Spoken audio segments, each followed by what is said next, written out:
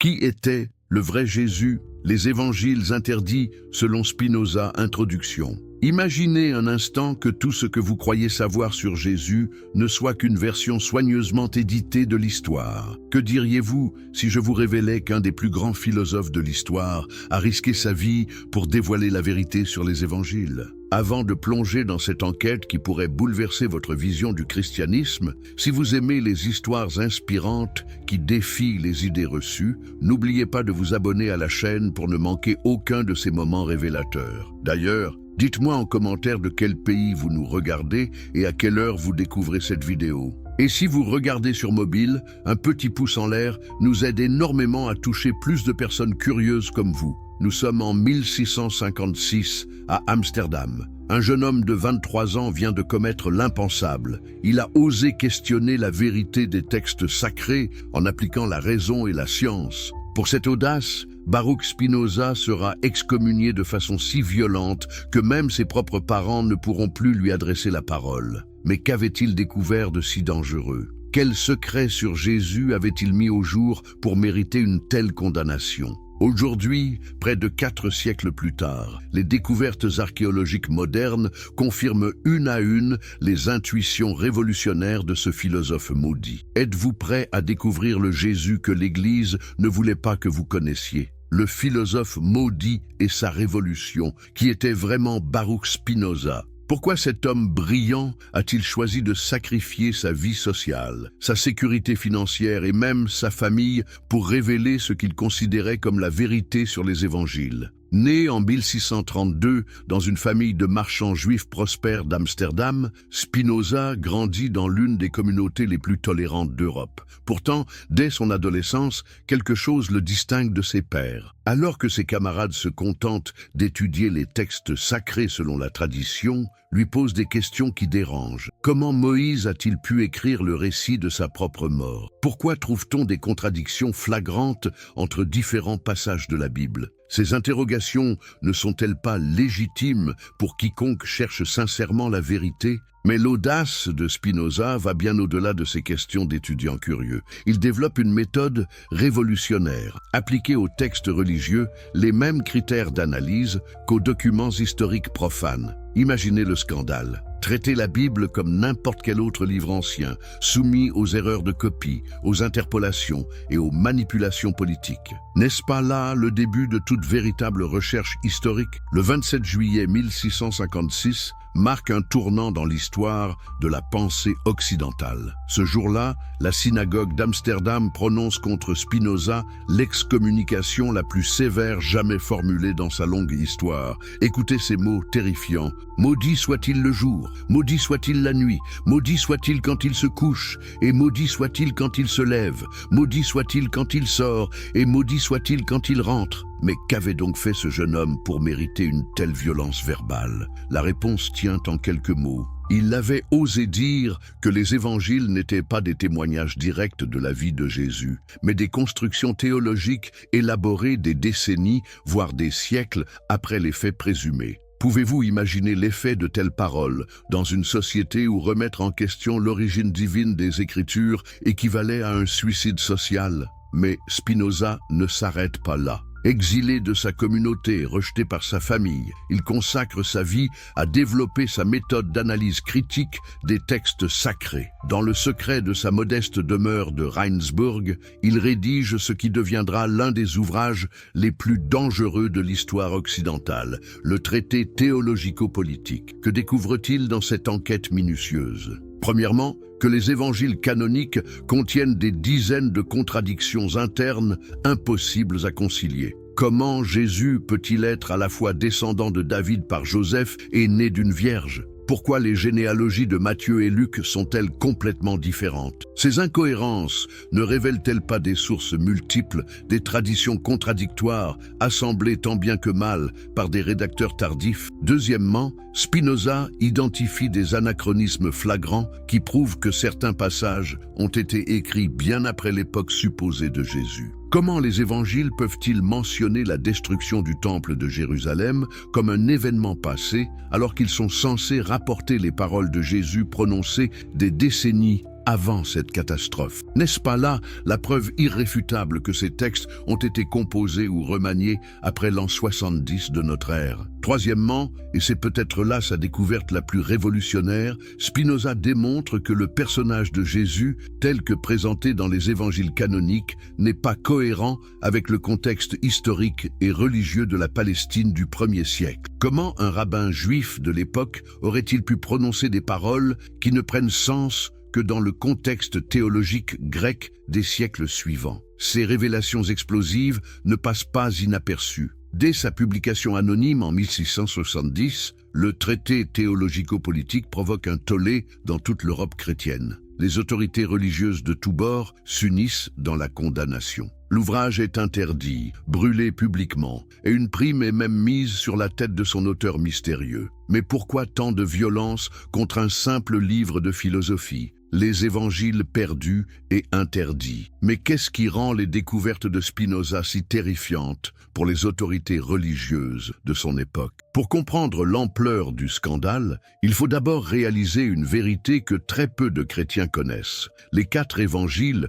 que nous connaissons aujourd'hui ne représentent qu'une infime partie de la littérature chrétienne primitive. Saviez-vous qu'au cours des 3 premiers siècles du christianisme, des dizaines d'évangiles circulaient dans les communautés chrétiennes? L'évangile de Thomas, l'évangile de Marie-Madeleine, l'évangile de Pierre, l'évangile de Philippe, l'évangile de Judas. Ces textes, aujourd'hui appelés apocryphes ou gnostiques, présentaient des visions radicalement différentes de Jésus et de son message. Alors, qui a décidé que seuls 4 de ces nombreux témoignages méritaient d'être conservés? Et surtout, selon quels critères? C'est ici que l'analyse de Spinoza devient particulièrement éclairante. Il comprend que le choix des évangiles canoniques n'a pas été fait selon des critères historiques ou de proximité avec les événements, mais selon des considérations purement politiques et théologiques. Le processus de canonisation, officialisé lors du concile de Nicée en 325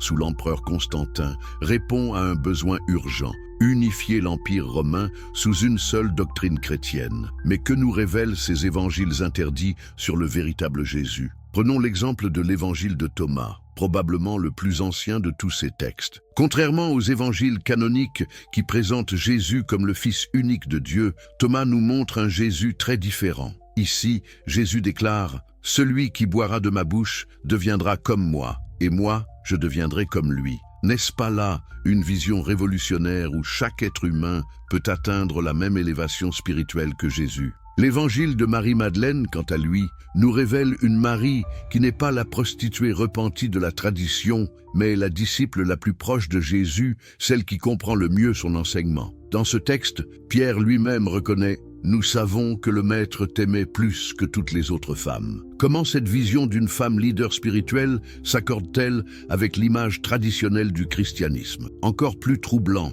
l'évangile de Judas présente le prétendu traître comme le disciple le plus fidèle, celui qui accomplit le sacrifice suprême en acceptant d'être haï pour l'éternité afin de permettre la réalisation du plan divin. Cette relecture complète de l'histoire de la trahison ne remet-elle pas en question toute la théologie chrétienne traditionnelle? Spinoza, avec son regard d'historien critique, comprend immédiatement l'enjeu de ces textes cachés. Si ces évangiles apocryphes présentent des versions si différentes de Jésus, c'est qu'ils reflètent la diversité extraordinaire du christianisme primitif. Il n'y avait pas un christianisme unifié dès l'origine, mais des dizaines de courants, de traditions, d'interprétations de l'enseignement présumé de Jésus. Cette découverte est explosive. Elle signifie que le christianisme orthodoxe, tel que nous le connaissons, n'est qu'une version parmi d'autres, qui a triomphé non pas par sa vérité intrinsèque, mais par sa capacité à s'allier au pouvoir politique. Les autres versions, souvent plus mystiques, plus égalitaires, plus respectueuses des femmes,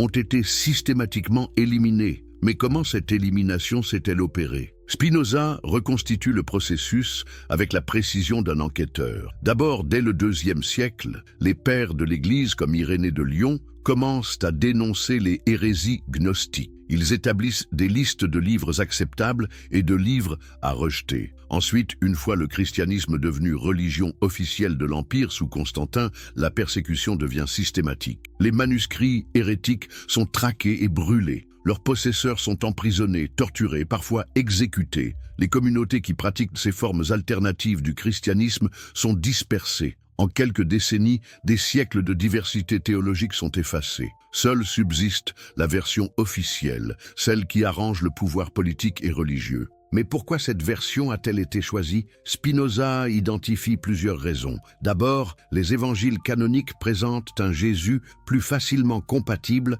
avec les structures hiérarchiques de l'Empire. Le Christ des évangiles de Matthieu, Marc, Luc et Jean est certes révolutionnaire, mais sa révolution est spirituelle, pas politique. Il ne remet pas fondamentalement en cause l'ordre social existant. À l'inverse, les évangiles gnostiques prônent souvent une transformation radicale de l'individu et de la société. Ils encouragent la recherche personnelle de la vérité, l'égalité entre hommes et femmes, la remise en question des autorités établies. Comment un empereur romain aurait-il pu adopter une religion qui sapait les fondements même de son pouvoir? Deuxièmement, les évangiles canoniques développent une théologie de la rédemption qui rend l'institution ecclésiastique indispensable. Si Jésus est mort pour nos péchés et si seule l'Église détient les clés du salut, alors chaque chrétien dépend nécessairement de la hiérarchie religieuse. Les évangiles gnostiques, qui prônent souvent la possibilité d'un contact direct avec le divin, rendent cette médiation institutionnelle obsolète. Le Jésus historique versus le Christ théologique. Mais qui était donc le véritable Jésus selon Spinoza? Comment ce philosophe du XVIIe siècle, armé de sa seule raison et de sa connaissance des textes anciens, parvient-il à percer le voile des siècles pour retrouver la figure historique cachée derrière le mythe? La méthode de Spinoza est révolutionnaire pour son époque. Plutôt que de partir des dogmes établis pour interpréter les textes, il fait l'inverse. Il analyse les textes avec les outils de la critique historique pour comprendre comment les dogmes se sont formés. Cette approche, qui nous paraît évidente aujourd'hui, était littéralement impensable au XVIIe siècle. Première découverte fondamentale. Jésus n'a jamais prétendu fonder une nouvelle religion. Selon Spinoza, l'analyse minutieuse des sources les plus anciennes révèle un homme profondément enraciné dans le judaïsme de son époque. Jésus fréquente le temple, respecte le sabbat, cite constamment les écritures juives. Ses disciples continuent après sa mort à se considérer comme juifs. Comment alors expliquer que le christianisme soit devenu une religion séparée du judaïsme? La réponse de Spinoza est saisissante. Cette séparation n'est pas l'œuvre de Jésus, mais de Paul de Tarse. C'est Paul qui, n'ayant jamais rencontré Jésus de son vivant, transforme le message d'un prédicateur juif apocalyptique en religion universelle ouverte aux païens. C'est Paul qui développe la théologie complexe de la rédemption, du péché originel, de la divinité du Christ. En somme, le véritable fondateur du christianisme ne serait pas Jésus, mais Paul. Cette révélation est explosive. Elle signifie que le christianisme traditionnel repose sur une gigantesque méprise historique. Le Jésus que vénèrent les chrétiens depuis 2000 ans n'est pas le Jésus de l'histoire, mais le Christ de Paul, transformé par des siècles de développement théologique. Mais qui était donc ce Jésus historique selon Spinoza? Les sources les plus fiables le décrivent comme un prédicateur itinérant de Galilée, probablement influencé par les mouvements apocalyptiques de son époque. Il annonce l'imminence du royaume de Dieu, appelle à la repentance, critique les élites religieuses corrompues. Son message est avant tout social et politique. Il dénonce l'injustice, défend les pauvres et les opprimés, remet en question l'ordre établi. Cette dimension politique du message de Jésus explique d'ailleurs sa condamnation à mort. Rome ne crucifiait pas les prédicateurs mystiques inoffensifs, mais les agitateurs politiques dangereux pour l'ordre public.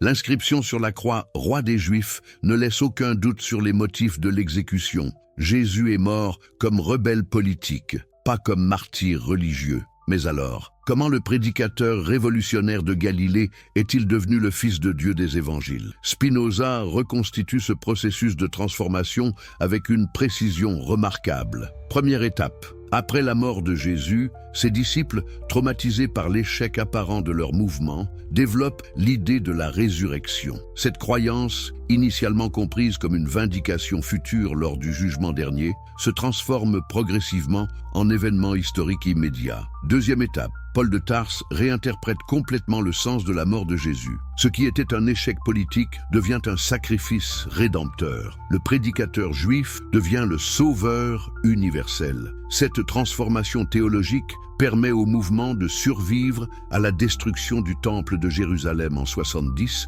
et de s'implanter dans le monde grec et romain. Troisième étape, au contact de la culture hellénistique, le christianisme primitif absorbe des éléments venus des religions à mystère. Le concept de Dieu qui meurt et ressuscite, l'idée du sacrifice rédempteur, la promesse d'immortalité pour les initiés, tous ces éléments existaient déjà dans les cultes de Mithra, d'Athis, d'Adonis. Le christianisme les adapte et les intègre dans sa propre synthèse théologique. Quatrième étape. Les évangiles, rédigés entre 70 et 120 de notre ère, ne sont pas des biographies historiques, mais des œuvres théologiques. Leurs auteurs, qui n'ont pas connu Jésus personnellement, projettent sur sa figure historique toute l'élaboration doctrinale des décennies précédentes. Le Jésus des évangiles parle déjà en théologien chrétien du IIe siècle, pas en prédicateur juif du 1er siècle. Cette reconstruction historique révolutionnaire explique pourquoi les autorités religieuses de l'époque de Spinoza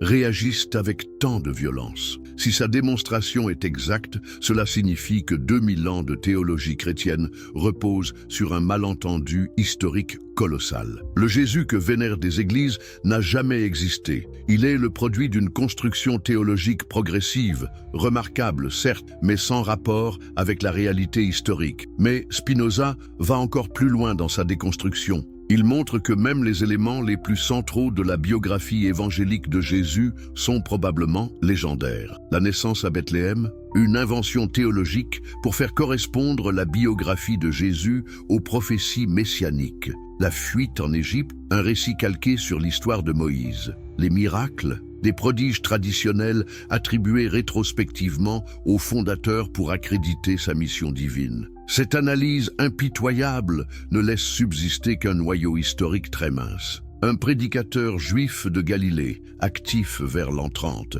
exécuté par les Romains pour agitation politique. Tout le reste relève de l'élaboration théologique postérieure. N'est-ce pas là une révolution copernicienne dans l'approche du christianisme? Qui était le vrai Jésus? Les évangiles interdits, selon Spinoza. Introduction. Imaginez un instant que tout ce que vous croyez savoir sur Jésus ne soit qu'une version soigneusement éditée de l'histoire. Que diriez-vous si je vous révélais qu'un des plus grands philosophes de l'histoire a risqué sa vie pour dévoiler la vérité sur les évangiles? Avant de plonger dans cette enquête qui pourrait bouleverser votre vision du christianisme, si vous aimez les histoires inspirantes qui défient les idées reçues, n'oubliez pas de vous abonner à la chaîne pour ne manquer aucun de ces moments révélateurs. D'ailleurs, dites-moi en commentaire de quel pays vous nous regardez et à quelle heure vous découvrez cette vidéo. Et si vous regardez sur mobile, un petit pouce en l'air nous aide énormément à toucher plus de personnes curieuses comme vous. Nous sommes en 1656 à Amsterdam. Un jeune homme de 23 ans vient de commettre l'impensable. Il a osé questionner la vérité des textes sacrés en appliquant la raison et la science. Pour cette audace, Baruch Spinoza sera excommunié de façon si violente que même ses propres parents ne pourront plus lui adresser la parole. Mais qu'avait-il découvert de si dangereux? Quel secret sur Jésus avait-il mis au jour pour mériter une telle condamnation? Aujourd'hui, près de 4 siècles plus tard, les découvertes archéologiques modernes confirment une à une les intuitions révolutionnaires de ce philosophe maudit. Êtes-vous prêt à découvrir le Jésus que l'Église ne voulait pas que vous connaissiez? Le philosophe maudit et sa révolution, qui était vraiment Baruch Spinoza? Pourquoi cet homme brillant a-t-il choisi de sacrifier sa vie sociale, sa sécurité financière et même sa famille pour révéler ce qu'il considérait comme la vérité sur les évangiles? Né en 1632 dans une famille de marchands juifs prospères d'Amsterdam, Spinoza grandit dans l'une des communautés les plus tolérantes d'Europe. Pourtant, dès son adolescence, quelque chose le distingue de ses pairs. Alors que ses camarades se contentent d'étudier les textes sacrés selon la tradition, lui pose des questions qui dérangent. Comment Moïse a-t-il pu écrire le récit de sa propre mort? Pourquoi trouve-t-on des contradictions flagrantes entre différents passages de la Bible? Ces interrogations ne sont-elles pas légitimes pour quiconque cherche sincèrement la vérité? Mais l'audace de Spinoza va bien au-delà de ces questions d'étudiants curieux. Il développe une méthode révolutionnaire, appliquée aux textes religieux les mêmes critères d'analyse qu'aux documents historiques profanes. Imaginez le scandale. Traiter la Bible comme n'importe quel autre livre ancien, soumis aux erreurs de copie, aux interpolations et aux manipulations politiques. N'est-ce pas là le début de toute véritable recherche historique? Le 27 juillet 1656 marque un tournant dans l'histoire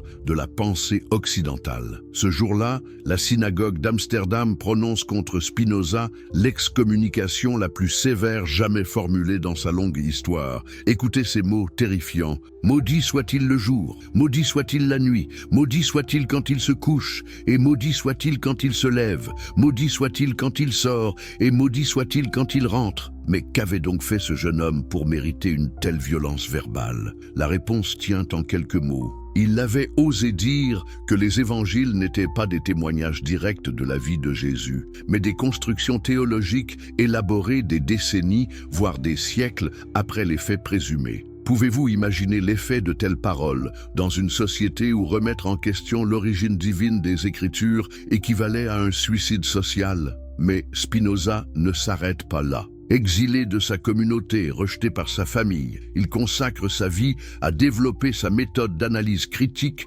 des textes sacrés. Dans le secret de sa modeste demeure de Rijnsburg, il rédige ce qui deviendra l'un des ouvrages les plus dangereux de l'histoire occidentale, le traité théologico-politique. Que découvre-t-il dans cette enquête minutieuse? Premièrement, que les évangiles canoniques contiennent des dizaines de contradictions internes impossibles à concilier. Comment Jésus peut-il être à la fois descendant de David par Joseph et né d'une vierge? Pourquoi les généalogies de Matthieu et Luc sont-elles complètement différentes? Ces incohérences ne révèlent-elles pas des sources multiples, des traditions contradictoires, assemblées tant bien que mal par des rédacteurs tardifs? Deuxièmement, Spinoza identifie des anachronismes flagrants qui prouvent que certains passages ont été écrits bien après l'époque supposée de Jésus. Comment les évangiles peuvent-ils mentionner la destruction du temple de Jérusalem comme un événement passé, alors qu'ils sont censés rapporter les paroles de Jésus prononcées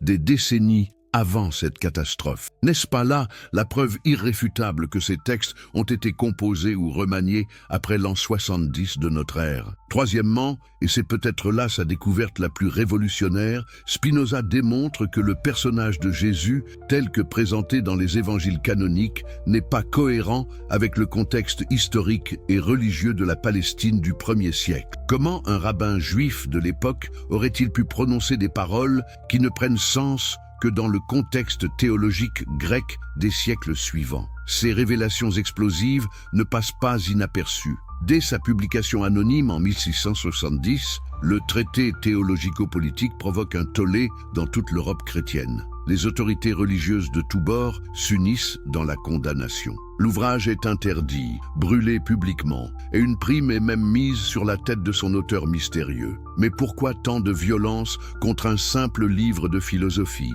Les évangiles perdus et interdits. Mais qu'est-ce qui rend les découvertes de Spinoza si terrifiantes pour les autorités religieuses de son époque? Pour comprendre l'ampleur du scandale, il faut d'abord réaliser une vérité que très peu de chrétiens connaissent. Les 4 évangiles que nous connaissons aujourd'hui ne représentent qu'une infime partie de la littérature chrétienne primitive. Saviez-vous qu'au cours des 3 premiers siècles du christianisme, des dizaines d'évangiles circulaient dans les communautés chrétiennes? L'évangile de Thomas, l'évangile de Marie-Madeleine, l'évangile de Pierre, l'évangile de Philippe, l'évangile de Judas. Ces textes, aujourd'hui appelés apocryphes ou gnostiques, présentaient des visions radicalement différentes de Jésus et de son message. Alors, qui a décidé que seuls 4 de ces nombreux témoignages méritaient d'être conservés? Et surtout, selon quels critères? C'est ici que l'analyse de Spinoza devient particulièrement éclairante. Il comprend que le choix des évangiles canoniques n'a pas été fait selon des critères historiques ou de proximité avec les événements, mais selon des considérations purement politiques et théologiques. Le processus de canonisation, officialisé lors du concile de Nicée en 325 sous l'empereur Constantin, répond à un besoin urgent: unifier l'Empire romain sous une seule doctrine chrétienne. Mais que nous révèlent ces évangiles interdits sur le véritable Jésus? Prenons l'exemple de l'évangile de Thomas, probablement le plus ancien de tous ces textes. Contrairement aux évangiles canoniques qui présentent Jésus comme le Fils unique de Dieu, Thomas nous montre un Jésus très différent. Ici, Jésus déclare: « Celui qui boira de ma bouche deviendra comme moi, et moi, je deviendrai comme lui. » N'est-ce pas là une vision révolutionnaire où chaque être humain peut atteindre la même élévation spirituelle que Jésus? L'évangile de Marie-Madeleine, quant à lui, nous révèle une Marie qui n'est pas la prostituée repentie de la tradition, mais la disciple la plus proche de Jésus, celle qui comprend le mieux son enseignement. Dans ce texte, Pierre lui-même reconnaît: « Nous savons que le Maître t'aimait plus que toutes les autres femmes. » Comment cette vision d'une femme leader spirituelle s'accorde-t-elle avec l'image traditionnelle du christianisme? Encore plus troublant, l'évangile de Judas présente le prétendu traître comme le disciple le plus fidèle, celui qui accomplit le sacrifice suprême en acceptant d'être haï pour l'éternité afin de permettre la réalisation du plan divin. Cette relecture complète de l'histoire de la trahison ne remet-elle pas en question toute la théologie chrétienne traditionnelle? Spinoza, avec son regard d'historien critique, comprend immédiatement l'enjeu de ces textes cachés. Si ces évangiles apocryphes présentent des versions si différentes de Jésus, c'est qu'ils reflètent la diversité extraordinaire du christianisme primitif. Il n'y avait pas un christianisme unifié dès l'origine, mais des dizaines de courants, de traditions,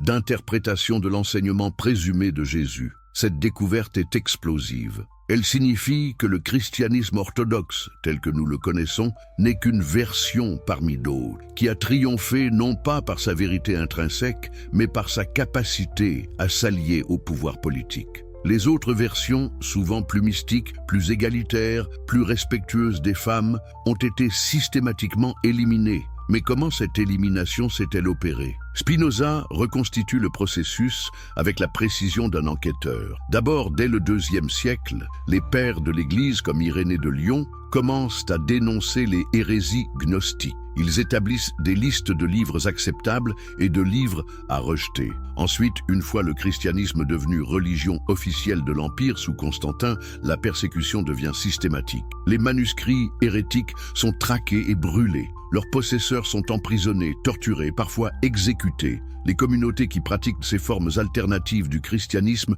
sont dispersées. En quelques décennies, des siècles de diversité théologique sont effacés. Seule subsiste la version officielle, celle qui arrange le pouvoir politique et religieux. Mais pourquoi cette version a-t-elle été choisie? Spinoza identifie plusieurs raisons. D'abord, les évangiles canoniques présentent un Jésus plus facilement compatible avec les structures hiérarchiques de l'Empire. Le Christ des évangiles de Matthieu, Marc, Luc et Jean est certes révolutionnaire, mais sa révolution est spirituelle, pas politique. Il ne remet pas fondamentalement en cause l'ordre social existant. À l'inverse, les évangiles gnostiques prônent souvent une transformation radicale de l'individu et de la société. Ils encouragent la recherche personnelle de la vérité, l'égalité entre hommes et femmes, la remise en question des autorités établies. Comment un empereur romain aurait-il pu adopter une religion qui sapait les fondements même de son pouvoir? Deuxièmement, les évangiles canoniques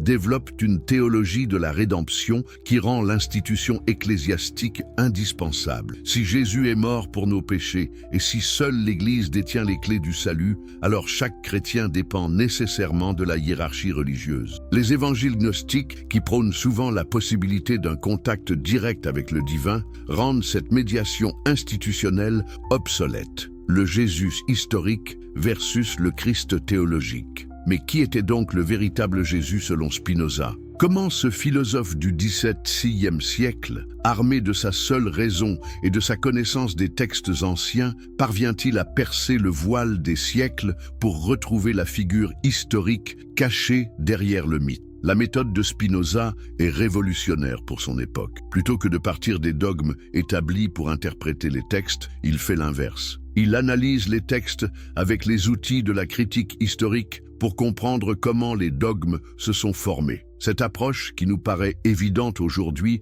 était littéralement impensable au XVIIe siècle. Première découverte fondamentale. Jésus n'a jamais prétendu fonder une nouvelle religion. Selon Spinoza, l'analyse minutieuse des sources les plus anciennes révèle un homme profondément enraciné dans le judaïsme de son époque. Jésus fréquente le temple, respecte le sabbat, cite constamment les écritures juives. Ses disciples continuent après sa mort à se considérer comme juifs. Comment alors expliquer que le christianisme soit devenu une religion séparée du judaïsme? La réponse de Spinoza est saisissante. Cette séparation n'est pas l'œuvre de Jésus, mais de Paul de Tarse. C'est Paul qui, n'ayant jamais rencontré Jésus de son vivant, transforme le message d'un prédicateur juif apocalyptique en religion universelle ouverte aux païens. C'est Paul qui développe la théologie complexe de la rédemption, du péché originel, de la divinité du Christ. En somme, le véritable fondateur du christianisme ne serait pas Jésus, mais Paul. Cette révélation est explosive. Elle signifie que le christianisme traditionnel repose sur une gigantesque méprise historique. Le Jésus que vénèrent les chrétiens depuis 2000 ans n'est pas le Jésus de l'histoire, mais le Christ de Paul, transformé par des siècles de développement théologique. Mais qui était donc ce Jésus historique selon Spinoza? Les sources les plus fiables le décrivent comme un prédicateur itinérant de Galilée, probablement influencé par les mouvements apocalyptiques de son époque. Il annonce l'imminence du royaume de Dieu, appelle à la repentance, critique les élites religieuses corrompues. Son message est avant tout social et politique. Il dénonce l'injustice, défend les pauvres et les opprimés, remet en question l'ordre établi. Cette dimension politique du message de Jésus explique d'ailleurs sa condamnation à mort. Rome ne crucifiait pas les prédicateurs mystiques inoffensifs, mais les agitateurs politiques dangereux pour l'ordre public.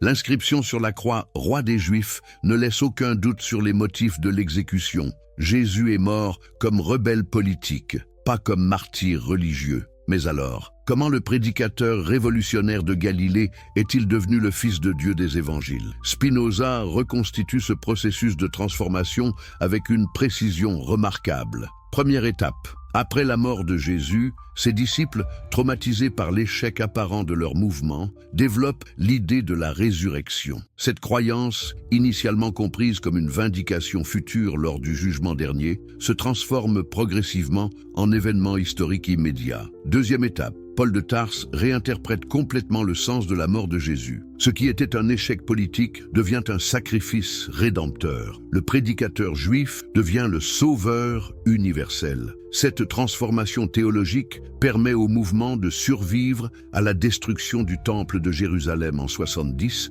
et de s'implanter dans le monde grec et romain. Troisième étape. Au contact de la culture hellénistique, le christianisme primitif absorbe des éléments venus des religions à mystère. Le concept de Dieu qui meurt et ressuscite, l'idée du sacrifice rédempteur, la promesse d'immortalité pour les initiés, tous ces éléments existaient déjà dans les cultes de Mithra, d'Atis, d'Adonis. Le christianisme les adapte et les intègre dans sa propre synthèse théologique. Quatrième étape. Les évangiles, rédigés entre 70 et 120 de notre ère, ne sont pas des biographies historiques, mais des œuvres théologiques. Leurs auteurs, qui n'ont pas connu Jésus personnellement, projettent sur sa figure historique toute l'élaboration doctrinale des décennies précédentes. Le Jésus des évangiles parle déjà en théologien chrétien du IIe siècle, pas en prédicateur juif du 1er siècle. Cette reconstruction historique révolutionnaire explique pourquoi les autorités religieuses de l'époque de Spinoza réagissent avec tant de violence. Si sa démonstration est exacte, cela signifie que 2000 ans de théologie chrétienne reposent sur un malentendu historique colossal. Le Jésus que vénèrent des églises n'a jamais existé. Il est le produit d'une construction théologique progressive, remarquable certes, mais sans rapport avec la réalité historique. Mais Spinoza va encore plus loin dans sa déconstruction. Il montre que même les éléments les plus centraux de la biographie évangélique de Jésus sont probablement légendaires. La naissance à Bethléem, une invention théologique pour faire correspondre la biographie de Jésus aux prophéties messianiques. La fuite en Égypte, un récit calqué sur l'histoire de Moïse. Les miracles, des prodiges traditionnels attribués rétrospectivement au fondateur pour accréditer sa mission divine. Cette analyse impitoyable ne laisse subsister qu'un noyau historique très mince. Un prédicateur juif de Galilée, actif vers l'an 30, exécuté par les Romains pour agitation politique. Tout le reste relève de l'élaboration théologique postérieure. N'est-ce pas là une révolution copernicienne dans l'approche du christianisme? La conspiration du silence. Mais comment une vérité aussi fondamentale a-t-elle pu être dissimulée pendant près de 2 millénaires? Comment l'Église a-t-elle réussi à maintenir sa version officielle de l'histoire face aux preuves contradictoires? Si vous aimez découvrir ces histoires fascinantes qui révèlent les secrets les mieux gardés de l'histoire, n'hésitez pas à vous abonner pour ne rien manquer de nos enquêtes. Et dites-moi en commentaire, de quel pays nous suivez-vous? Et à quelle heure regardez-vous cette révélation? Si vous êtes sur mobile, un petit pouce bleu nous aide énormément à faire connaître ces découvertes historiques. L'histoire de cette conspiration du silence commence dès les premiers siècles du christianisme. Imaginez-vous la scène. Nous sommes au IVe siècle, l'empereur Constantin vient de légaliser le christianisme par l'édit de Milan en 313. Mais quel christianisme exactement? Car à cette époque, des dizaines de courants se disputent le titre de vrai christianisme. Les Ariens nient la divinité du Christ. Les gnostiques prônent une connaissance ésotérique. Les marcionites rejettent l'Ancien Testament. Les montanistes attendent le retour imminent du Christ. Comment unifier cet archipel de croyances contradictoires? La solution trouvée par Constantin et ses conseillers ecclésiastiques est d'une simplicité brutale. Éliminer physiquement toute trace des versions déviantes du christianisme. Le concile de Nicée de 325 ne se contente pas de définir le dogme officiel. Il lance la plus grande opération de destruction de livres de l'histoire antique. Des équipes de soldats et de moines parcourent l'Empire pour confisquer et brûler tous les manuscrits jugés hérétiques. Mais qu'est-ce qui détermine qu'un texte est hérétique? Les critères sont révélateurs. Tout écrit qui remet en question la hiérarchie ecclésiastique, qui donne un rôle important aux femmes dans la communauté chrétienne,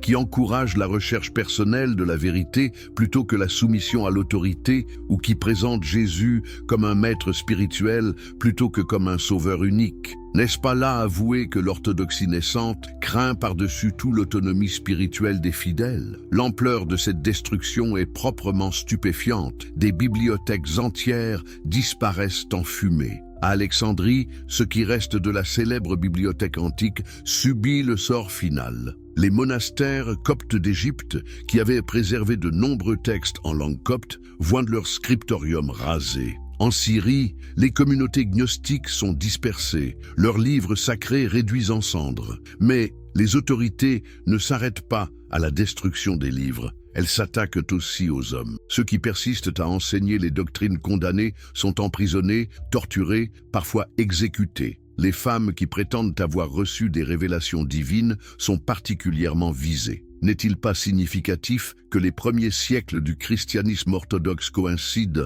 avec la disparition quasi totale des femmes leaders dans les communautés chrétiennes? Cette persécution systématique explique pourquoi Spinoza, 13 siècles plus tard, dispose de si peu de sources alternatives pour reconstituer le christianisme primitif. Les textes qu'il analyse sont presque exclusivement ceux qui ont survécu à la censure orthodoxe, c'est-à-dire ceux qui avaient été jugés suffisamment conformes pour être copiés dans les scriptoriums monastiques. Pourtant, même dans ces textes épurés, Spinoza décèle les traces de la manipulation. Comment expliquer, par exemple, que certains passages des évangiles canoniques semblent interpolés, ajoutés après coup? Pourquoi trouve-t-on dans les manuscrits les plus anciens des variantes qui adoucissent les aspects les plus révolutionnaires du message de Jésus? Prenons un exemple concret. La fameuse phrase « Il est plus facile à un chameau de passer par le chat d'une aiguille qu'à un riche d'entrer dans le royaume de Dieu ».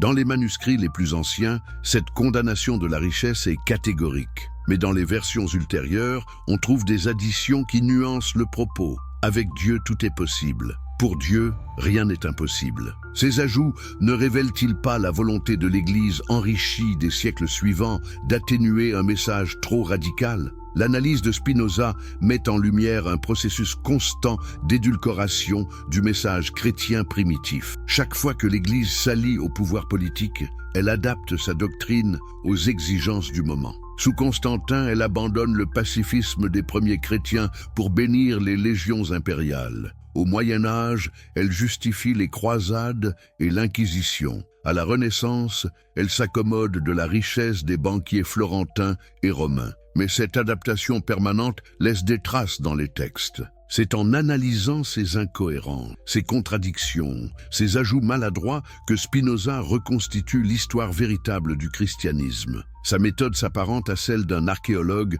qui, en grattant les couches successives, retrouve les structures originelles enfouies sous les reconstructions ultérieures. Cette découverte de la manipulation systématique des sources chrétiennes amène Spinoza à une conclusion révolutionnaire. L'histoire officielle du christianisme n'est pas seulement inexacte, elle est délibérément falsifiée. L'Église n'a pas simplement commis des erreurs d'interprétation, elle a consciemment détruit ou modifié les preuves qui contredisaient sa version des faits. Pourquoi cette falsification? La réponse de Spinoza est d'une lucidité impitoyable, parce que la vérité historique sur Jésus et le christianisme primitif menace les fondements mêmes du pouvoir ecclésiastique. Si Jésus n'était qu'un prédicateur parmi d'autres, si le christianisme n'est qu'une religion syncrétiste comme les autres, si les évangiles ne sont que des textes humains comme les autres, alors sur quoi repose l'autorité spirituelle de l'Église? Cette question explosive explique la violence de la réaction contre les idées de Spinoza. Ce n'est pas seulement un débat théologique abstrait, c'est une remise en cause frontale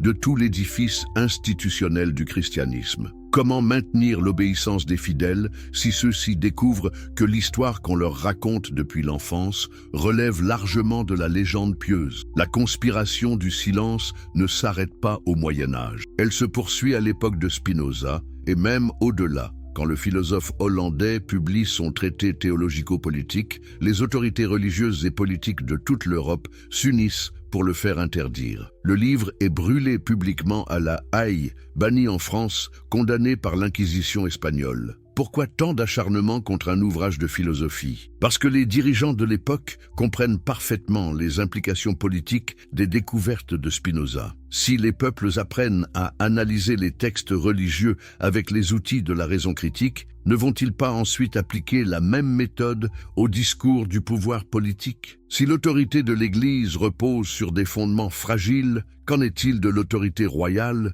supposée de droit divin? C'est pourquoi la censure contre Spinoza ne vient pas seulement des églises, mais aussi des gouvernements. Louis XIV fait interdire le livre en France, Charles II d'Angleterre en interdit l'importation, les princes allemands le bannissent de leur territoire. Cette coalition inhabituelle entre catholiques et protestants, entre Français et Anglais, entre toutes les puissances européennes normalement rivales, ne révèle-t-elle pas l'ampleur de la menace que représentent les idées de Spinoza? Mais la vérité a cette particularité qu'elle finit toujours par refaire surface. Malgré la censure, malgré les persécutions, malgré les autodafés, les idées de Spinoza circulent de façon souterraine. Des copies manuscrites du traité théologico-politique passent de main en main dans les milieux intellectuels. Des philosophes comme Bayle, Fontenelle, plus tard Voltaire et Diderot s'en inspirent pour développer leur propre critique de la religion. Surtout au XXe siècle, l'archéologie et la découverte de nouveaux manuscrits donnent raison à Spinoza de façon spectaculaire. En 1945, des paysans égyptiens découvrent près du village de Nag Hammadi une jarre contenant 13 codex de papyrus du IVe siècle. Ces manuscrits, cachés probablement par des moines gnostiques fuyant les persécutions orthodoxes, contiennent des dizaines de textes chrétiens primitifs jusque-là perdus. Que révèlent ces découvertes extraordinaires? Exactement ce que Spinoza avait prédit 3 siècles plus tôt. L'existence d'un christianisme primitif infiniment plus diversifié, plus riche, plus nuancé que ne le laissait supposer la version orthodoxe.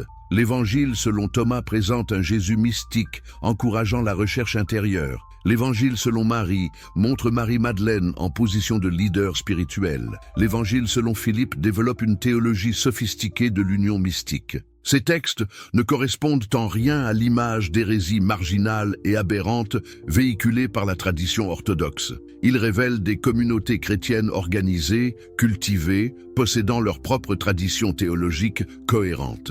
Leur condamnation et leur destruction ne s'expliquent que par des motifs politiques et institutionnels, non par leur prétendue fausseté doctrinale. L'héritage explosif et les révélations modernes. Mais l'histoire ne s'arrête pas aux découvertes de Nag Hammadi. Qu'est-ce qui se passe quand les méthodes révolutionnaires de Spinoza rencontrent les technologies du XXIe siècle? Comment les outils modernes de l'archéologie, de la linguistique et même de l'analyse ADN confirment-ils les intuitions de ce philosophe visionnaire? Les découvertes des dernières décennies donnent le vertige. En 1947, la découverte des manuscrits de la mer Morte près de Qumran révèle le contexte judaïque dans lequel a vécu Jésus. Ces textes, copiés par la communauté des Esséniens, montrent un judaïsme du 1er siècle infiniment plus diversifié et plus complexe que ne le suggèrent les évangiles canoniques. N'est-ce pas là la confirmation que Jésus évoluait dans un monde religieux foisonnant, bien loin de l'image d'un judaïsme monolithique véhiculé par la tradition chrétienne? Plus troublant encore, ces manuscrits contiennent des passages qui semblent annoncer la venue d'un Messie souffrant, d'un serviteur de Dieu qui rachètera les péchés du peuple par sa mort. Ces textes, antérieurs de plusieurs décennies à la prédication de Jésus, ne révèlent-ils pas que l'idée d'un Messie mourant et ressuscitant existait déjà dans certains milieux juifs? La théologie chrétienne de la rédemption ne serait-elle alors qu'une adaptation de concepts messianiques préexistants? L'archéologie moderne apporte d'autres révélations dérangeantes. Les fouilles de Nazareth montrent que ce village était si petit au 1er siècle qu'il comptait probablement moins de 100 habitants. Comment un tel hameau perdu dans les collines de Galilée aurait-il pu produire le personnage cosmique des évangiles? Cette disproportion entre l'humble origine géographique de Jésus et l'ampleur de sa figure théologique ne confirme-t-elle pas l'hypothèse de Spinoza d'une construction légendaire progressive? Les découvertes épigraphiques ne sont pas moins troublantes. Contrairement à ce que suggèrent les évangiles, la Palestine du 1er siècle était massivement hellénisée. Les inscriptions grecques abondent, même dans les villages les plus reculés. Comment alors expliquer que Jésus, présenté comme un simple artisan de village, maîtrise suffisamment la culture hellénistique pour élaborer la théologie sophistiquée qu'on lui attribue? Cette contradiction ne révèle-t-elle pas que les paroles de Jésus ont été en réalité formulées par des théologiens grecs des générations suivantes? Mais c'est peut-être l'analyse linguistique qui apporte les confirmations les plus spectaculaires des intuitions de Spinoza. L'étude comparative des évangiles révèle que leurs auteurs utilisent des procédés littéraires typiquement grecs, des structures rhétoriques héritées de la païdéia hellénistique, des références culturelles qui n'auraient aucun sens dans la Palestine rurale du 1er siècle. Plus révélateur encore, l'analyse des logia, ces paroles attribuées à Jésus, montre qu'elles suivent souvent des schémas de composition qui révèlent leur origine artificielle. Combien de ces prétendues paroles de Jésus sont en réalité des créations littéraires destinées à illustrer des points de doctrine élaborés ultérieurement? L'étude des sources permet aussi de reconstituer le processus de formation des évangiles avec une précision inouïe. On sait maintenant que Marc, le plus ancien, a été composé vers 70, au moment de la destruction du temple de Jérusalem. Matthieu et Luc, rédigés vers 80-90, utilisent Marc comme source principale tout en y ajoutant leurs propres matériaux théologiques. Jean le plus tardif, écrit vers 100-110, présente un Jésus déjà complètement hellénisé, parlant le langage de la philosophie grecque. Cette chronologie confirme exactement ce que Spinoza avait pressenti. Les évangiles ne sont pas des témoignages contemporains, mais des constructions théologiques élaborées des décennies après les événements qu'ils prétendent rapporter. Leurs auteurs n'ont pas connu Jésus personnellement. Ils travaillent à partir de traditions orales, déjà transformées par plusieurs générations de transmission. Surtout, l'analyse des manuscrits les plus anciens révèle que les évangiles ont continué à évoluer pendant des siècles après leur rédaction initiale. Des passages entiers ont été ajoutés, modifiés, supprimés selon les besoins théologiques du moment. Le texte que nous lisons aujourd'hui dans nos Bibles n'est donc pas celui qu'ont écrit les évangélistes, mais le résultat de siècles de retouches et de corrections. Cette découverte est proprement révolutionnaire. Elle signifie que même les évangiles canoniques, ces textes supposés intouchables et inspirés, ont subi les mêmes processus de manipulation que les textes hérétiques. La différence n'est pas dans la nature des textes, mais dans le fait que les uns ont bénéficié de la protection institutionnelle, tandis que les autres ont été persécutés. L'héritage de Spinoza ne se limite pas à l'exégèse biblique. Ses méthodes d'analyse critique ont irrigué toute la pensée moderne. Les philosophes des Lumières s'en inspirent pour développer leur critique de la religion. Les historiens du XIXe siècle les appliquent à l'étude du passé. Les sociologues contemporains les utilisent pour analyser les phénomènes religieux actuels. Mais peut-être l'héritage le plus important de Spinoza réside-t-il dans cette idée révolutionnaire. La vérité ne craint pas l'investigation. Seul le mensonge a besoin de protection, de censure, de violence pour se maintenir. Cette leçon résonne avec une actualité saisissante dans notre époque d'informations surabondantes et de fake news. Quelle conclusion tirer de cette enquête historique extraordinaire? D'abord, que l'histoire officielle des religions doit toujours être examinée avec un regard critique. Les institutions religieuses, comme toutes les institutions humaines, sont tentées de réécrire le passé selon leurs intérêts présents. Ensuite, que la diversité originelle du christianisme était infiniment plus riche que ne le laisse supposer l'orthodoxie triomphante. Les voix qui ont été réduites au silence méritent d'être entendues, non par nostalgie du passé, mais parce qu'elles peuvent éclairer les débats contemporains. Enfin, que la figure de Jésus, débarrassée des constructions théologiques ultérieures, retrouve une humanité et une actualité saisissantes. Le prédicateur de justice sociale, le défenseur des opprimés, le critique des autorités corrompues, parle peut-être plus directement à notre époque que le Christ cosmique des dogmes. N'est-ce pas là, finalement, le plus beau cadeau que nous fait Spinoza? Nous rendre un Jésus humain, fragile, mortel, mais par là même infiniment plus proche de nos préoccupations quotidiennes. Un Jésus qui n'a pas toutes les réponses, mais qui pose les bonnes questions. Un Jésus qui ne promet pas de solutions miraculeuses, mais qui montre le chemin d'une transformation personnelle et sociale. Cette révolution copernicienne dans l'approche du christianisme ne détruit pas la foi, elle la libère. Elle ouvre la voie à une spiritualité adulte, critique, responsable. Une spiritualité qui n'a plus besoin d'autorités infaillibles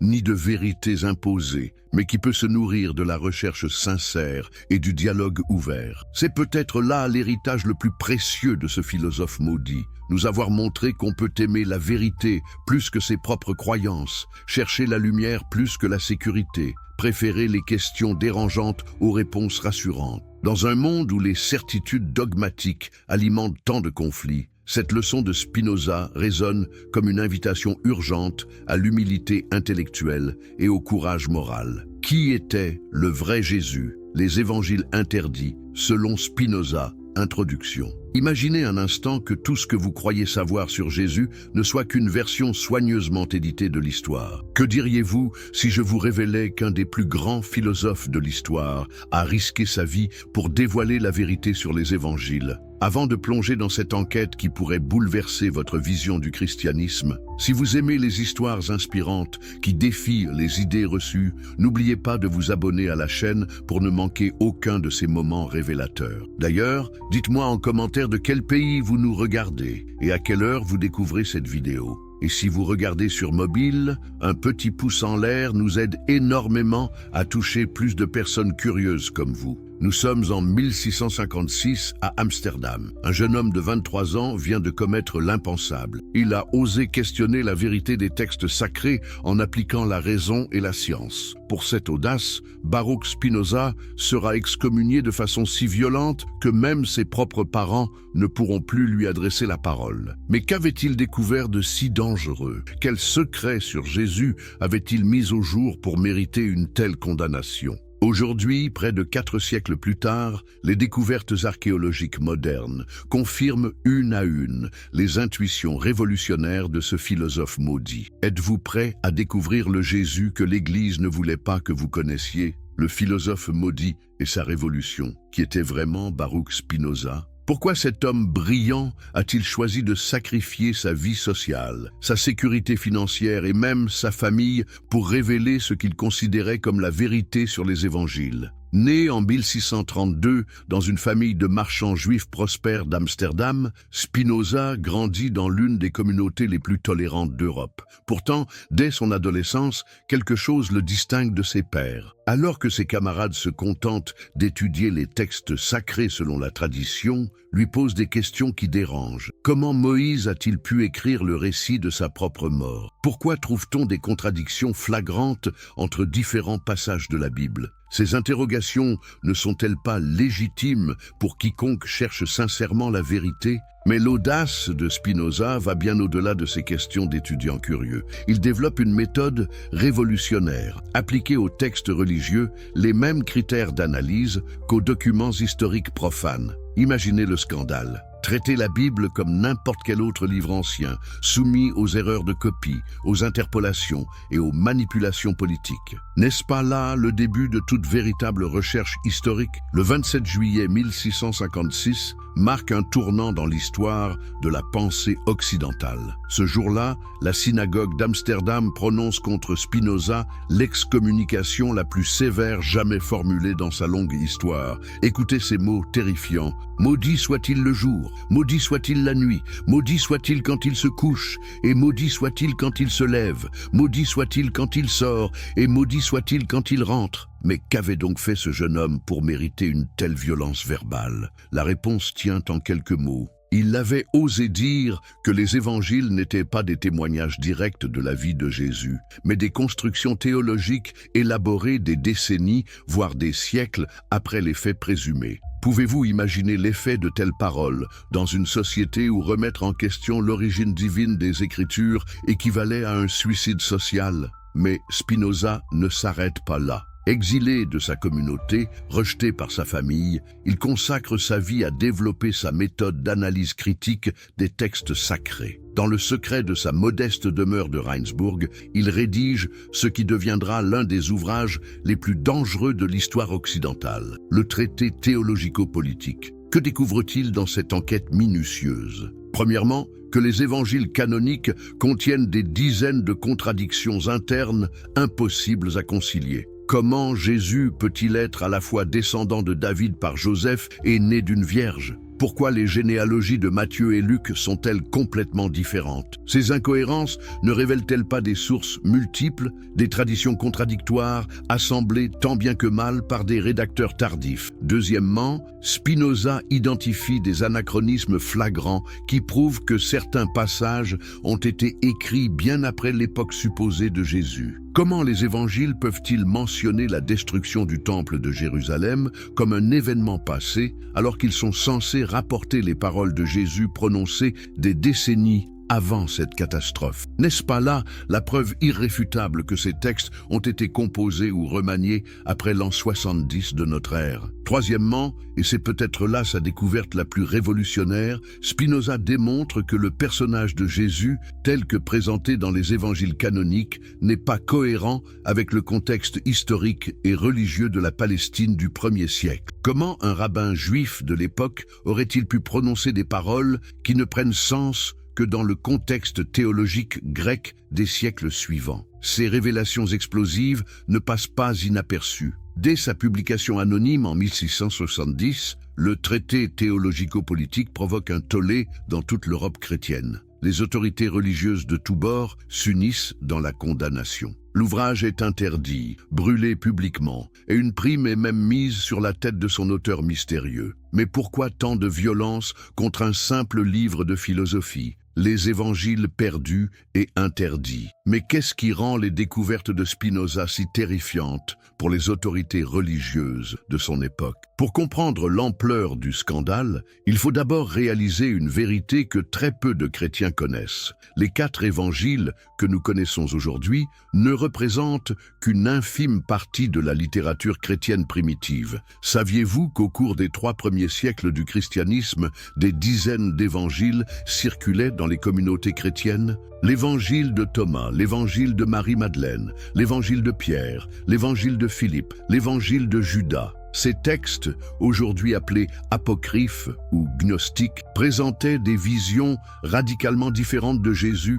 et de son message. Alors, qui a décidé que seuls 4 de ces nombreux témoignages méritaient d'être conservés? Et surtout, selon quels critères? C'est ici que l'analyse de Spinoza devient particulièrement éclairante. Il comprend que le choix des évangiles canoniques n'a pas été fait selon des critères historiques ou de proximité avec les événements, mais selon des considérations purement politiques et théologiques. Le processus de canonisation, officialisé lors du concile de Nicée en 325 sous l'empereur Constantin, répond à un besoin urgent: unifier l'Empire romain sous une seule doctrine chrétienne. Mais que nous révèlent ces évangiles interdits sur le véritable Jésus? Prenons l'exemple de l'évangile de Thomas, probablement le plus ancien de tous ces textes. Contrairement aux évangiles canoniques qui présentent Jésus comme le Fils unique de Dieu, Thomas nous montre un Jésus très différent. Ici, Jésus déclare « Celui qui boira de ma bouche deviendra comme moi,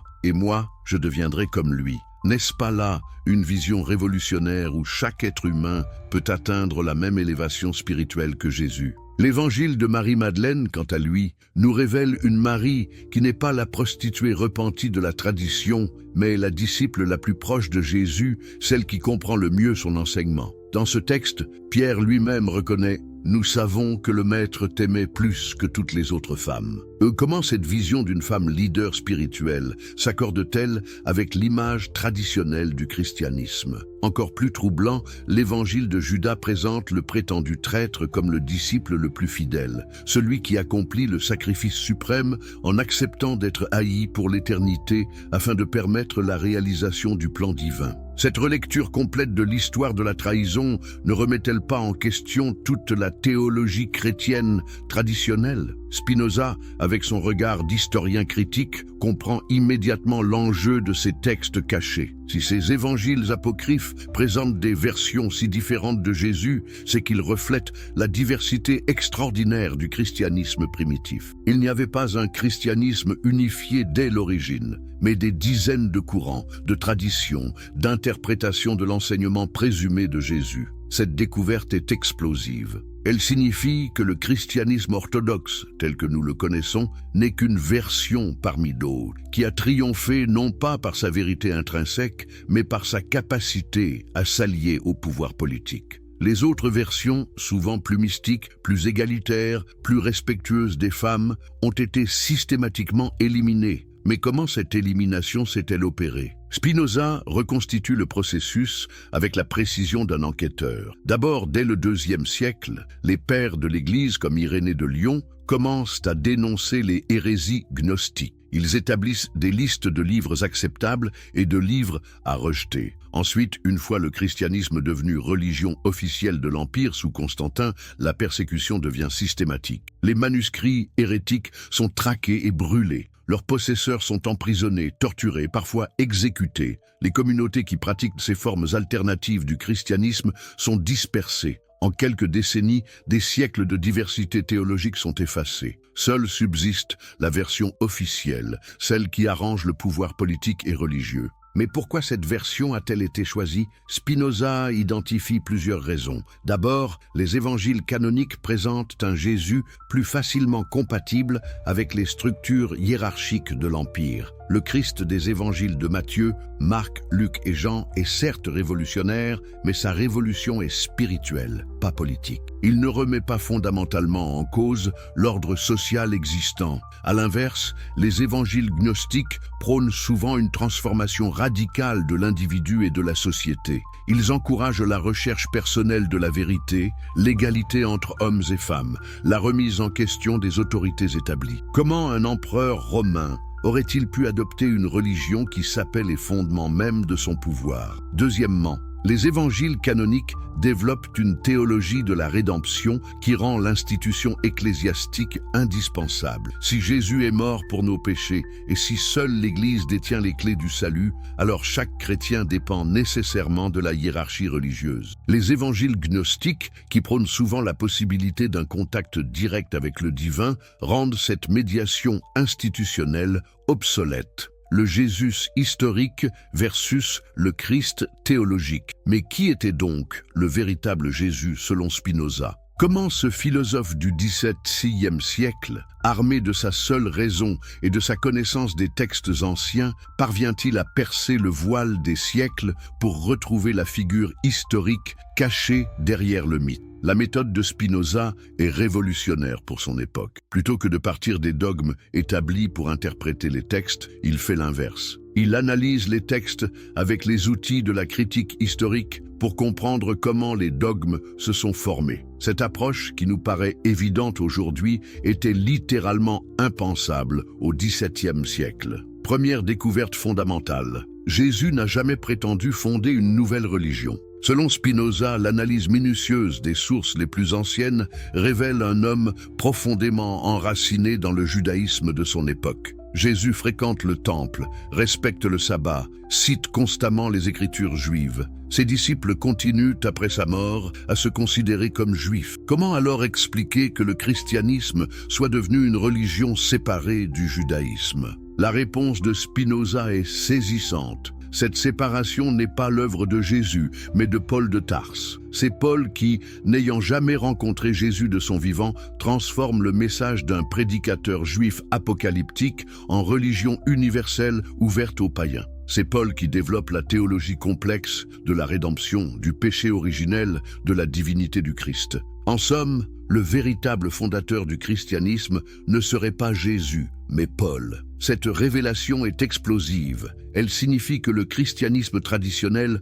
repose sur une gigantesque méprise historique. Le Jésus que vénèrent les chrétiens depuis 2000 ans n'est pas le Jésus de l'histoire, mais le Christ de Paul, transformé par des siècles de développement théologique. Mais qui était donc ce Jésus historique selon Spinoza? Les sources les plus fiables le décrivent comme un prédicateur itinérant de Galilée, probablement influencé par les mouvements apocalyptiques de son époque. Il annonce l'imminence du royaume de Dieu, appelle à la repentance, critique les élites religieuses corrompues. Son message est avant tout social et politique. Il dénonce l'injustice, défend les pauvres et les opprimés, remet en question l'ordre établi. Cette dimension politique du message de Jésus explique d'ailleurs sa condamnation à mort. Rome ne crucifiait pas les prédicateurs mystiques inoffensifs, mais les agitateurs politiques dangereux pour l'ordre public. L'inscription sur la croix « Roi des Juifs » ne laisse aucun doute sur les motifs de l'exécution. Jésus est mort comme rebelle politique, pas comme martyr religieux. Mais alors, comment le prédicateur révolutionnaire de Galilée est-il devenu le Fils de Dieu des évangiles? Spinoza reconstitue ce processus de transformation avec une précision remarquable. Première étape. Après la mort de Jésus, ses disciples, traumatisés par l'échec apparent de leur mouvement, développent l'idée de la résurrection. Cette croyance, initialement comprise comme une vindication future lors du jugement dernier, se transforme progressivement en événement historique immédiat. Deuxième étape. Paul de Tarse réinterprète complètement le sens de la mort de Jésus. Ce qui était un échec politique devient un sacrifice rédempteur. Le prédicateur juif devient le sauveur universel. Cette transformation théologique permet au mouvement de survivre à la destruction du temple de Jérusalem en 70 et de s'implanter dans le monde grec et romain. Troisième étape. Au contact de la culture hellénistique, le christianisme primitif absorbe des éléments venus des religions à mystère. Le concept de Dieu qui meurt et ressuscite, l'idée du sacrifice rédempteur, la promesse d'immortalité pour les initiés, tous ces éléments existaient déjà dans les cultes de Mithra, d'Atis, d'Adonis. Le christianisme les adapte et les intègre dans sa propre synthèse théologique. Quatrième étape. Les évangiles, rédigés entre 70 et 120 de notre ère, ne sont pas des biographies historiques, mais des œuvres théologiques. Leurs auteurs, qui n'ont pas connu Jésus personnellement, projettent sur sa figure historique toute l'élaboration doctrinale des décennies précédentes. Le Jésus des évangiles parle déjà en théologien chrétien du IIe siècle. pas en prédicateur juif du 1er siècle. Cette reconstruction historique révolutionnaire explique pourquoi les autorités religieuses de l'époque de Spinoza réagissent avec tant de violence. Si sa démonstration est exacte, cela signifie que 2000 ans de théologie chrétienne reposent sur un malentendu historique colossal. Le Jésus que vénèrent des églises n'a jamais existé. Il est le produit d'une construction théologique progressive, remarquable certes, mais sans rapport avec la réalité historique. Mais Spinoza va encore plus loin dans sa déconstruction. Il montre que même les éléments les plus centraux de la biographie évangélique de Jésus sont probablement légendaires. La naissance à Bethléem, une invention théologique pour faire correspondre la biographie de Jésus aux prophéties messianiques. La fuite en Égypte, un récit calqué sur l'histoire de Moïse. Les miracles, des prodiges traditionnels attribués rétrospectivement au fondateur pour accréditer sa mission divine. Cette analyse impitoyable ne laisse subsister qu'un noyau historique très mince. Un prédicateur juif de Galilée, actif vers l'an 30, exécuté par les Romains pour agitation politique. Tout le reste relève de l'élaboration théologique postérieure. N'est-ce pas là une révolution copernicienne dans l'approche du christianisme? La conspiration du silence. Mais comment une vérité aussi fondamentale a-t-elle pu être dissimulée pendant près de 2 millénaires? Comment l'Église a-t-elle réussi à maintenir sa version officielle de l'histoire face aux preuves contradictoires? Si vous aimez découvrir ces histoires fascinantes qui révèlent les secrets les mieux gardés de l'histoire, n'hésitez pas à vous abonner pour ne rien manquer de nos enquêtes. Et dites-moi en commentaire, de quel pays nous suivez-vous? Et à quelle heure regardez-vous cette révélation? Si vous êtes sur mobile, un petit pouce bleu nous aide énormément à faire connaître ces découvertes historiques. L'histoire de cette conspiration du silence commence dès les premiers siècles du christianisme. Imaginez-vous la scène. Nous sommes au IVe siècle. L'empereur Constantin vient de légaliser le christianisme par l'édit de Milan en 313. Mais quel christianisme exactement? Car à cette époque, des dizaines de courants se disputent le titre de vrai christianisme. Les Ariens nient la divinité du Christ. Les gnostiques prônent une connaissance ésotérique. Les marcionites rejettent l'Ancien Testament. Les montanistes attendent le retour imminent du Christ. Comment unifier cet archipel de croyances contradictoires? La solution trouvée par Constantin et ses conseillers ecclésiastiques est d'une simplicité brutale. Éliminer physiquement toute trace des versions déviantes du christianisme. Le concile de Nicée de 325 ne se contente pas de définir le dogme officiel. Il lance la plus grande opération de destruction de livres de l'histoire antique. Des équipes de soldats et de moines parcourent l'Empire pour confisquer et brûler tous les manuscrits jugés hérétiques. Mais qu'est-ce qui détermine qu'un texte est hérétique? Les critères sont révélateurs. Tout écrit qui remet en question la hiérarchie ecclésiastique, qui donne un rôle important aux femmes dans la communauté chrétienne, qui encourage la recherche personnelle de la vérité plutôt que la soumission à l'autorité, ou qui présente Jésus comme un maître spirituel plutôt que comme un sauveur unique. N'est-ce pas là avouer que l'orthodoxie naissante craint par-dessus tout l'autonomie spirituelle des fidèles? L'ampleur de cette destruction est proprement stupéfiante. Des bibliothèques entières disparaissent en fumée. À Alexandrie, ce qui reste de la célèbre bibliothèque antique subit le sort final. Les monastères coptes d'Égypte, qui avaient préservé de nombreux textes en langue copte, voient leur scriptorium rasé. En Syrie, les communautés gnostiques sont dispersées, leurs livres sacrés réduits en cendres. Mais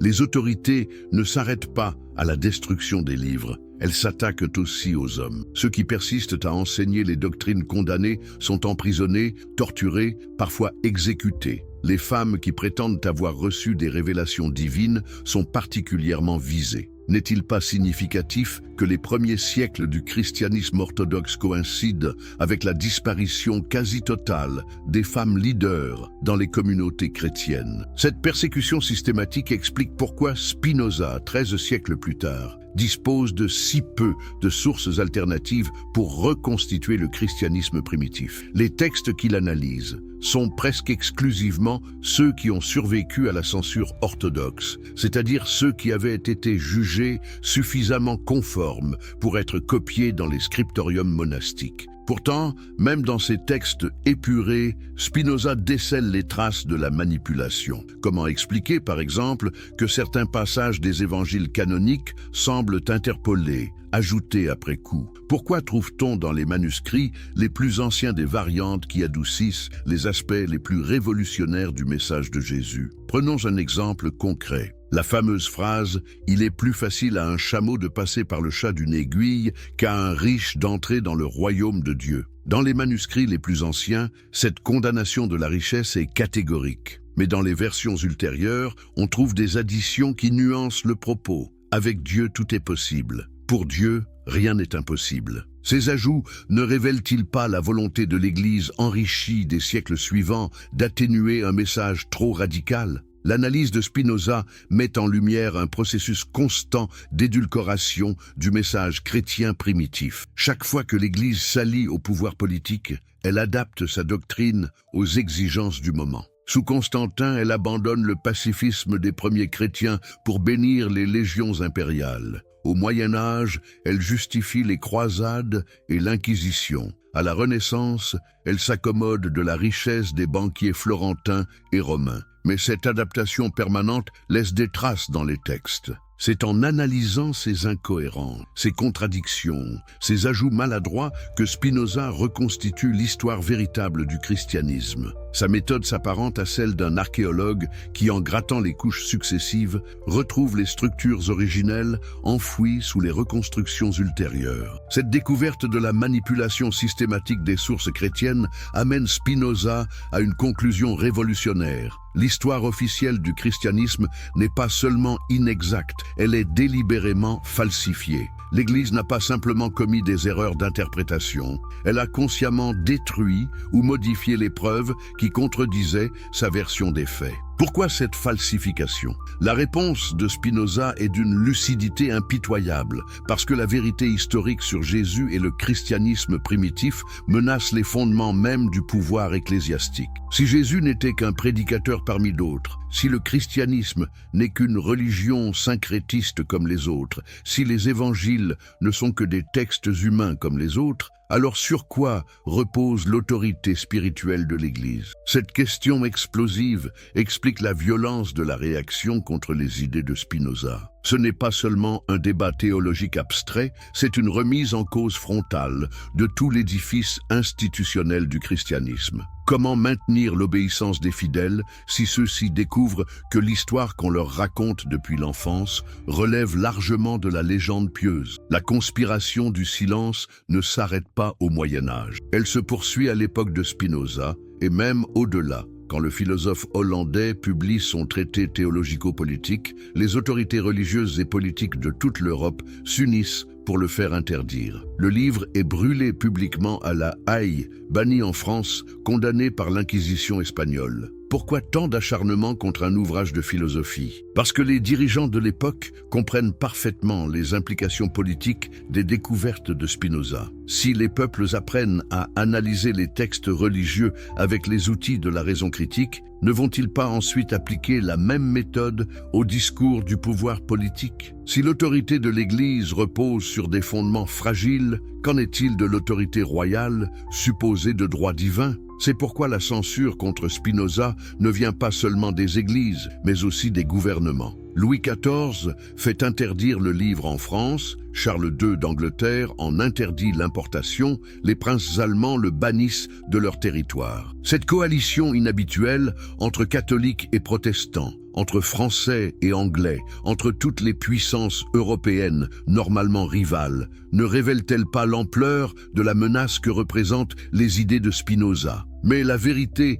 a cette particularité qu'elle finit toujours par refaire surface. Malgré la censure, malgré les persécutions, malgré les autodafés, les idées de Spinoza circulent de façon souterraine. Des copies manuscrites du traité théologico-politique passent de main en main dans les milieux intellectuels. Des philosophes comme Bayle, Fontenelle, Plus tard, Voltaire et Diderot s'en inspirent pour développer leur propre critique de la religion. Surtout au XXe siècle, l'archéologie et la découverte de nouveaux manuscrits donnent raison à Spinoza de façon spectaculaire. En 1945, des paysans égyptiens découvrent près du village de Nag Hammadi une jarre contenant 13 codex de papyrus du IVe siècle. Ces manuscrits, cachés probablement par des moines gnostiques fuyant les persécutions orthodoxes, contiennent des dizaines de textes chrétiens primitifs jusque-là perdus. Que révèlent ces découvertes extraordinaires? Exactement ce que Spinoza avait prédit 3 siècles plus tôt. L'existence d'un christianisme primitif infiniment plus diversifié, plus riche, plus nuancé que ne le laissait supposer la version orthodoxe. L'Évangile selon Thomas présente un Jésus mystique, encourageant la recherche intérieure. L'Évangile selon Marie montre Marie-Madeleine en position de leader spirituel. L'Évangile selon Philippe développe une théologie sophistiquée de l'union mystique. Ces textes ne correspondent en rien à l'image d'hérésie marginale et aberrante véhiculée par la tradition orthodoxe. Ils révèlent des communautés chrétiennes organisées, cultivées, possédant leur propre tradition théologique cohérente. Leur condamnation et leur destruction ne s'expliquent que par des motifs politiques et institutionnels, non par leur prétendue fausseté doctrinale.